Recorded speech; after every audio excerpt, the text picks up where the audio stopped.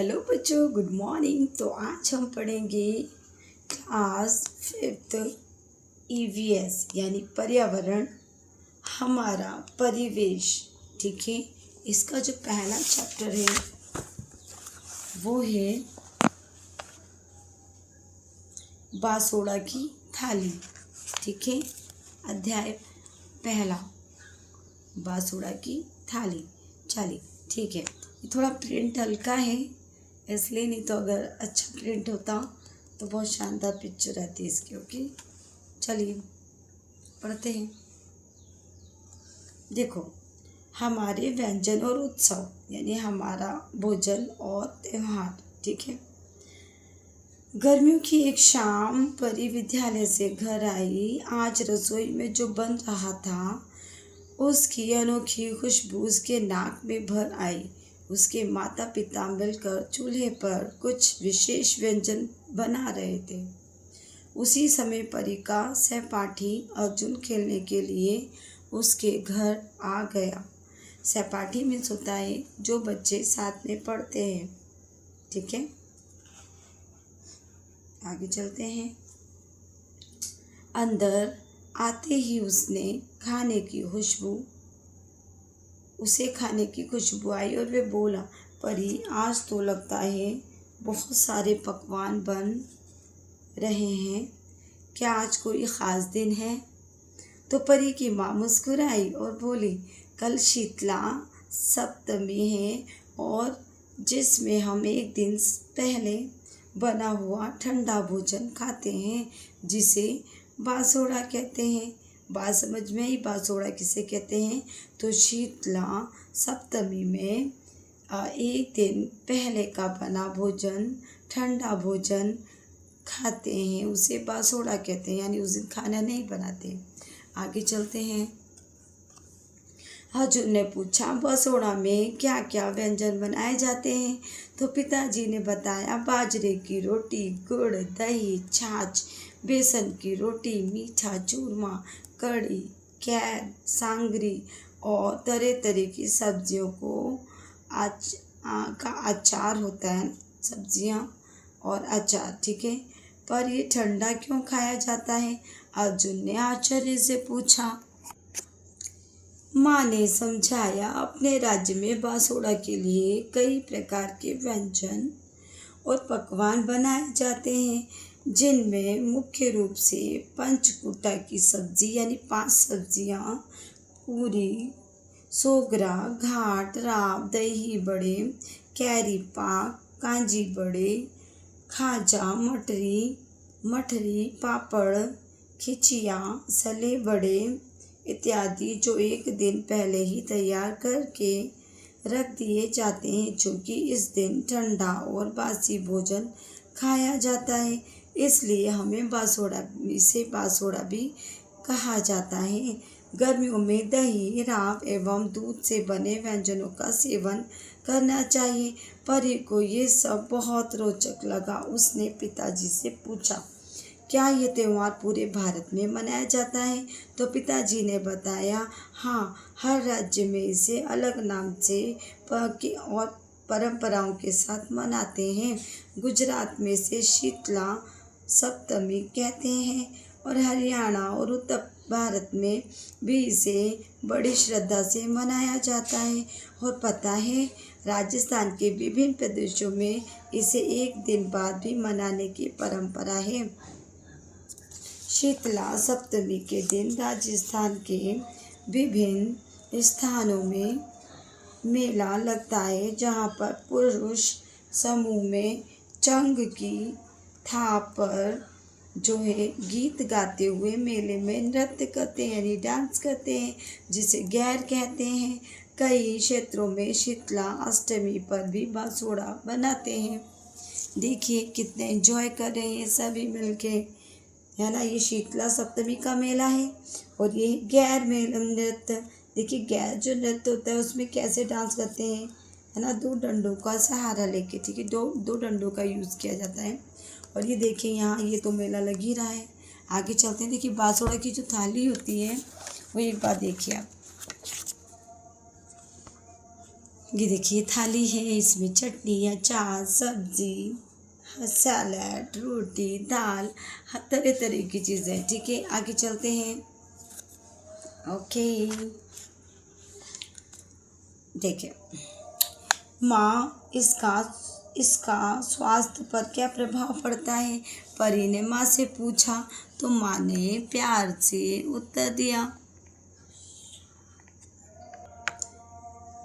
माँ ने प्यार से बताया, परी, शीतलाष्टमी के समय गर्मियों की शुरुआत हो जाती है। अधिक तापमान और बैक्टीरिया के तेजी से बढ़ने के कारण खाना जल्दी खराब हो जाता है। इसलिए इस दिन के बाद हमें ताज़ा भोजन करना चाहिए। दही और दूध से बने व्यंजनों का सेवन करना चाहिए, जैसे राब, औलिया, ठंडाई आदि। गर्म पानी से नहीं नहाना चाहिए। ठीक है, अर्जुन ने सोचकर कहा, क्या सभी त्योहारों के पीछे कहानियाँ और परंपराएं होती हैं? तो देखिए, इसको छोड़े, अब इधर पढ़ते हैं। वो एक्सरसाइज थी, प्रोजेक्ट था। अर्जुन बांसुड़ा थाली देखकर बोला कि मुझे तो गर्मियाँ पसंद है। अब मुझे भी घर के तरबूज और अब मुझे भी जी भर के तरबूज और खरबूजा खाने को मिलेगा। परी भी सोचने लगी कि उसके पसंदीदा खाने का मौसम कौन सा है। आइए हम भी पता लगाएं कि कौन कौन से मौसम में क्या उगाया जाता है और क्या खाया जाता है, खाने को मिलता है। ये क्या है बच्चों? एक सारणी है जो आपको खुद को भरनी है। जैसे मौसम में क्या, मानसून में क्या खाते हैं, ये फसलें जो होती, बाजरा, मूंगफली, मूंग। वैसे ही सर्दी, जो रबी में रबी की फसल होती है, सर्दी में उसे गेहूँ, चना, जौ। गर्मी, जायद, है ना, ककड़ी, तरबूज और खरबूजा। आगे चलते हैं। माँ ने बताया कि ऋतु मानसून में उगाई जाने वाली फसलें खरीफ की फसल कहलाती हैं। खरीफ की फसलें जून जुलाई में बोई जाती हैं और शरद ऋतु में काटी जाती हैं। उदाहरण बाजरा, मूंगफली, मूंग आदि। सर्दियों के मौसम में उगाई जाने वाली फसलें रबी की फसल कहलाती है। इन्हें अक्टूबर दिसंबर के बीच बोई जाती है और मार्च अप्रैल में काटी जाती हैं। उदाहरण गेहूँ, चना, जौ आदि।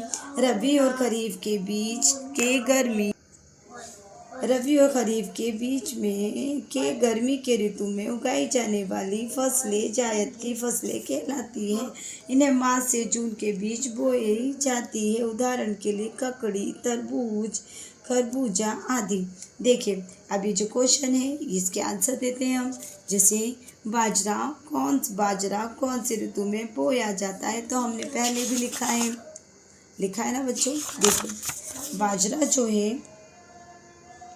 बाजरा खरीफ की फसल है। किसकी फसल है? खरीफ की, है ना। अब ये कौन से मानसून में बोया जाता है? देखिए, जो इसका आंसर हम अच्छी तरह सटीक आंसर जो देंगे वो देंगे बाजरा मानसून ऋतु, जो कि जून जुलाई में बोया जाता है। ठीक है, जायद फसलों को गर्मी में क्यों बोया जाता है? तो आंसर आएगा, जायद फसलों को गर्मी में इसलिए बोया जाता है क्योंकि ये कम समय में तैयार होती है और गर्म जलवायु में तेजी से बढ़ती है। ठीक है, क्वेश्चन नंबर 3, 2 ऋतुओं में बोई जाने वाली फसल का नाम बताइए। तो देखिए, मूंग और गन्ना, है ना, 2 ऋतुओं में बोए जाते हैं। ठीक है, आगे चलते हैं बच्चों। अपने आसपास पूछकर ये भी पता लगाइए कि जो ये क्वेश्चन है, ये अधिक पानी में उगने वाले फसल कौन सी है? तो आंसर आएगा धान, जो चावल और गन्ना, है ना, गन्ना और धान जो होता है वो चावल की फसल को कहते हैं। जब तक वो क्लीन नहीं होता उससे पहले वो धान ही कहलाता है। ठीक है, तो आप क्या लिखेंगे? धान, यानी ब्रैकेट करके चावल और गन्ना। ठीक है, कम पानी में उगने वाली फसल कौन सी है? तो आंसर आएगा बाजरा और मूंग। ठीक है, उसके बाद तीसरा क्वेश्चन है, आपके क्षेत्र में कौन सी फसल सबसे ज़्यादा उगती है और क्यों? तो आप देखो, हर जगह हर तरह की जलवायु होती है, मिट्टी अलग होती है, तो आपको आंसर देना है राजस्थान में बाजरा सबसे ज़्यादा उगाया जाता है क्योंकि ये शुष्क जलवायु और कम उपजाऊ मिट्टी में आसानी से उगता है। ठीक है, आगे चलते हैं बच्चों। देखिए, स्कूल में परी ने शिक्षक से यानी कि स्कूल में परी और अर्जुन ने शिक्षक यानी टीचर को बासोड़ा थाली के बारे में बताया। शिक्षक यानी टीचर ने बासोड़ा के हर व्यंजन का स्वास्थ्य से गहरा संबंध है, जैसे उन्होंने बताया। ठीक है ना। शिक्षक ने कहा, पहला है बाजरा, ये फाइबर, प्रोटीन, आयरन, मैग्नीशियम और विटामिन से भरपूर होता है जो शरीर को ऊर्जा देता है। नंबर 2, दही और छाछ, इसमें कैल्शियम, विटामिन, प्रोटीन और फास्फोरस जैसे पोषक तत्व पाए जाते हैं जो शरीर को और पाचन क्रिया में सहायक होते हैं। गुड़, ये आयरन का स्रोत है, इसमें प्राकृतिक शर्करा होती है जो शरीर को तुरंत ऊर्जा देता है। नंबर 4, हरी सब्जियां विटामिन और खनिज लवण जैसे आयरन, मैग्नीशियम का स्रोत है। खाना हमारे समाज में मेल जोल बढ़ाने, उत्सव मनाने, खुशियां, दुख बांटने जैसे कई सारी बातों से जुड़ा हुआ होता है। खाने से जुड़ी अपनी भावनाओं को नीचे जो लिखे हैं सारणी इसमें भरना है। ठीक है। अब ये आपको खुद को करना है। अब आगे चलते हैं बच्चों। मुझे पता है मेरे प्यारे बच्चे बहुत ध्यान से पढ़ाई कर रहे होंगे और आपके साथ साथ मैं भी पढ़ती हूँ, मुझे भी मज़ा आता है। अभी सुबह का टाइम है। ठीक है। देखिए, पौष्टिक भोजन पर चर्चा। हमारे खाने में कौन कौन से पोषक तत्व होते हैं? तो इसमें देखिए हमारे खाने में कौन कौन से पोषक तत्व होते हैं। तो देखिए हमारे खाने में सामान्यतः कार्बोहाइड्रेट, प्रोटीन, वसा, विटामिन, फाइबर, खनिज आदि इत्यादि पोषक तत्व मौजूद होते हैं। अब ये क्वेश्चन है, सेहतमंद रहने के लिए हमें कौन कौन सी अच्छी आदतें अपनानी चाहिए? तो देखिए सेहतमंद रहने के लिए हमें कई अच्छी आदतें अपनानी चाहिए, जैसे संतुलित आहार का सेवन करना, प्रतिदिन व्यायाम करना यानी एक्सरसाइज करना, जंक फूड खाने से बचना, जैसे बर्गर, पिज़्ज़ा है ना, तो ये बाहर की चीज़ों को खाने से बचना, शुद्ध पानी पीना, पर्याप्त नींद लेना, तनाव न लेना, मोबाइल का अनावश्यक उपयोग न करना, अपने आसपास स्वच्छता बनाए रखना इत्यादि। ठीक है ना। उसके बाद है हमारा भोजन शरीर और मन पर कैसे असर डालता है। तो देखिए पौष्टिक भोजन हमारे शरीर को ऊर्जा, ताकत और रोग प्रतिरोधक क्षमता प्रदान करता है, हमारे पाचन और त्वचा को स्वस्थ रखता है, जबकि अपौष्टिक भोजन से मोटापा, कमजोरी और बीमारियां बढ़ती है। इसी प्रकार संतुलित भोजन मस्तिष्क को पोषण देता है, जिससे एकाग्रता और मूड बेहतर होता है तथा मानसिक शांति मिलती है। उसके बाद क्वेश्चन नंबर 4 है, राजस्थान में खाए जाने वाले कौन कौन से अनाज और दालें, सब्जियां और मसाले होते हैं? ठीक है ना। वे स्वास्थ्य के लिए कैसे फ़ायदेमंद है? तो आप लिखेंगे, देखिए राजस्थान में खाए जाने वाले निम्नलिखित सामग्रियां शामिल है, जैसे अनाज में है बाजरा, मक्का, जौ, गेहूँ इत्यादि, और दालों में है मूंग दाल, चना दाल, मोठ दाल, अरहर दाल इत्यादि। अब देखो सब्जियों में है कैर, सांगरी, बथुआ, पालक, लौकी, प्याज, आलू, गोभी इत्यादि। मसालों में जीरा, धनिया, मिर्च, हल्दी, काली मिर्च, इलायची इत्यादि। देखो और अब इसका आंसर और भी लिखना है कि अनाज, दालें, सब्जियां और मसालों से हमें ऊर्जा व ताकत मिलती है, रोग प्रतिरोधक क्षमता व पाचन शक्ति बढ़ती है इससे, तथा मांसपेशियां मजबूत होती है। ठीक है। आगे चलते हैं बच्चों। अब चलिए थोड़ा और पढ़ाई करते हैं। नानी ने पुरानी चक्की, हाथ से घुमाकर पीसने वाला जो एक चक्की होती थी, निकाल कर दिखाया कि कैसे हाथ से चक्की से अनाज पीसा जाता था। शीतलाष्टमी के अगले दिन परी और अर्जुन ने अपने छोटे भाई बहनों को दही और गुड़ खिलाया और त्यौहार मनाते हुए इसका महत्व बताया कि त्यौहार हमारी संस्कृति और रिश्तों को मजबूत बनाता है ना। आगे चलते हैं बच्चों।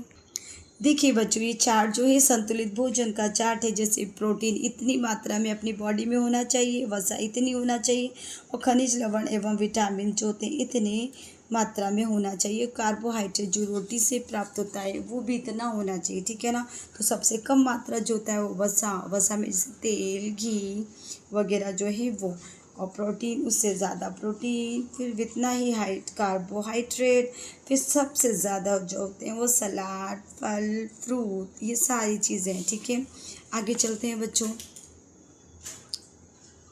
हाँ, ये भी बता दूँ थोड़ा कि विटामिन और खनिज लवण किस में होते हैं। तो देखो, गाजर, पालक, टमाटर, आंवला, अमरूद, संतरा और सेब आदि में। कार्बोहाइड्रेट जैसे गेहूँ, चावल, बाजरा, मक्का आदि। प्रोटीन दालें जैसे मूंग, चना, मटर, सोयाबीन, उड़द, राजमा, रमास आदि। वसा दूध, घी, सरसों, मूंगफली आदि के तेल में, ठीक है ना। चलिए पढ़ते हैं आगे। संतुलित आहार देखो, स्वास्थ्यवर्धक खाद्य पदार्थों का चयन करना तथा सही अनुपात में पोषक तत्व आपके आहार को गुणकारी एवं संतुलित बनाते हैं। संतुलित आहार भोजन में कार्बोहाइड्रेट, प्रोटीन, वसा, विटामिन, खनिज लवण और रेशे जैसे फाइबर उचित मात्रा में होते हैं। चलिए क्वेश्चन आंसर की ओर चलते हैं बच्चों। थोड़ा वीडियो बहुत लंबा हो रहा है क्योंकि चैप्टर बड़ा था, कोई बात नहीं, फिर भी हमें पढ़ना है, बहुत थोड़ी ना होना है, ठीक है। इनमें से खरीफ की फसल जो है वो कौन सी है। तो देखें, खरीफ की फसल जो है वो कौन सी बेटा, चना नहीं, सरसों नहीं, गेहूँ नहीं, मूंगफली होगा, ठीक है। उसके बाद देखो, गैर नृत्य में कौन सा वाद्य यंत्र उपयोग किया जाता है। तो देखिए, इसमें जो आएगा तबला नहीं, हारमोनियम नहीं, बांसुरी नहीं, चंग आएगा, ठीक है ना। उसके बाद आता है फिल इन द ब्लैंक। देखिए, शीतला सप्तमी पर भोजन खाया जाता है, कौन सा, ठंडा और बासी, ठीक है, ठंडा और बासी भोजन खाया जाता है। क्वेश्चन 2 है कि राजस्थान की प्रमुख जायद फसल है तरबूज, ठीक है। दही और छाछ पाचन के लिए अच्छे होते हैं, ठीक है ना। उसके बाद जो है वो है त्यौहार का राजस्थान में गैर नृत्य किया जाता है। तो आप लिखेंगे शीतला सप्तमी, ठीक है ना। बाजरे की रोटी के साथ क्या, गुड़ आएगा यहाँ पे, है ना। ये बच्चे ने गलत लिखा है, गुड़ आएगा, ठीक है, गुड़ खाना पसंद किया जाता है। ओके, आगे चलते हैं। तो देखिए, सत्य और असत्य जो होता है वो कहते हैं, ठीक है ना। तो देखिए, शीतला सप्तमी का संबंध गर्मियों से होता है, तो आएगा सत्य, यहाँ पे राइट का निशान लगाइए।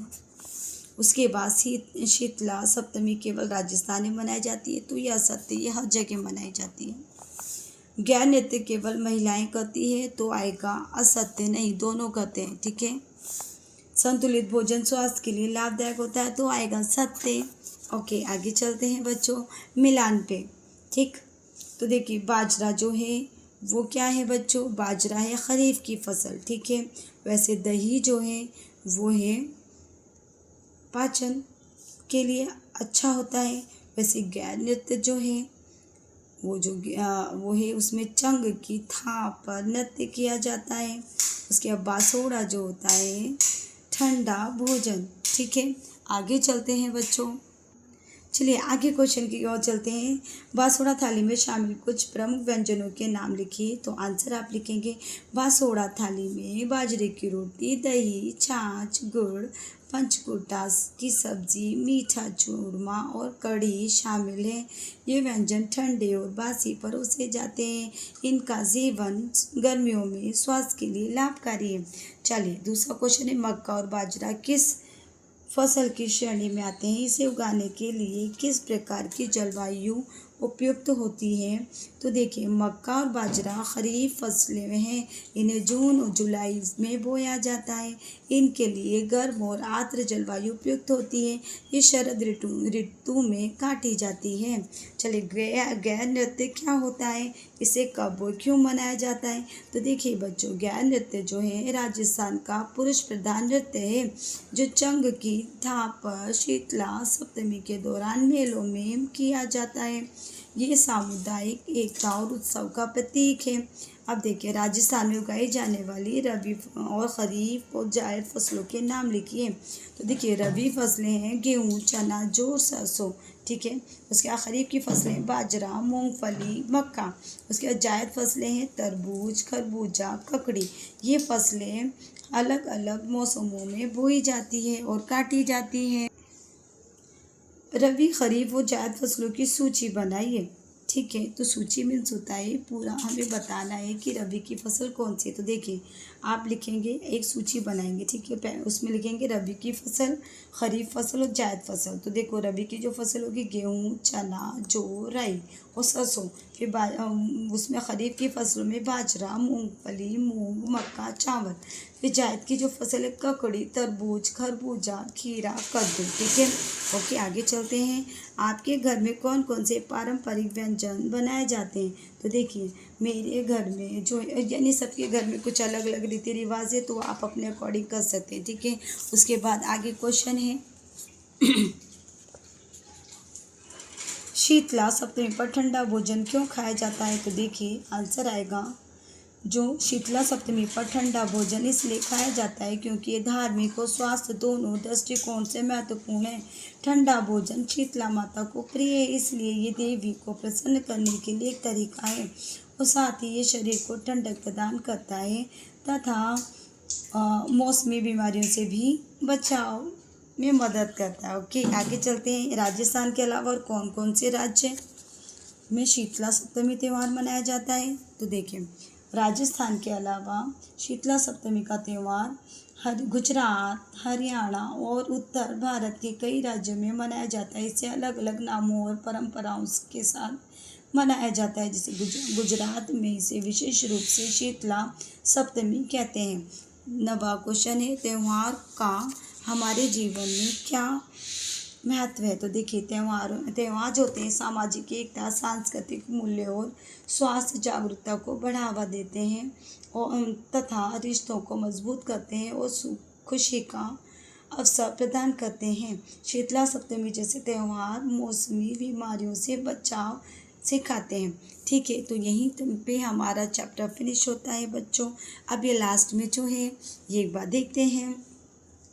गेहूँ, बाजरा, मूंग, मोठ खाते जिसको प्रदेश के होठ, सर्व प्रचलित धान है वो मेरा राजस्थान है ना। वो मेरा क्या है? राजस्थान है, क्योंकि यहाँ धान की खेती, धान की फसल ज़्यादा होती है। तो ठीक है, देखिए, पहले ही मैंने बता रखा है कि ये वीडियो उन्हीं लोगों के लिए होते हैं जो पढ़ना चाहते हैं, कुछ सीखना चाहते हैं, बाकी के लिए नहीं है। अब देखिए, अब हम फिर मिलते हैं नेक्स्ट वीडियो में जो न्यू चैप्टर होगा आपका। ओके, मुझे आई होप आप समझते होंगे अच्छी तरह। फिर भी मैं एक बार बोलती हूँ कि लाइक, कमेंट और शेयर करना ना भूलें और सब्सक्राइब ज़रूर करें, ठीक है। तब तक के लिए मिलते हैं हम नेक्स्ट वीडियो में। तब तक के लिए बाय। Okay, thank you.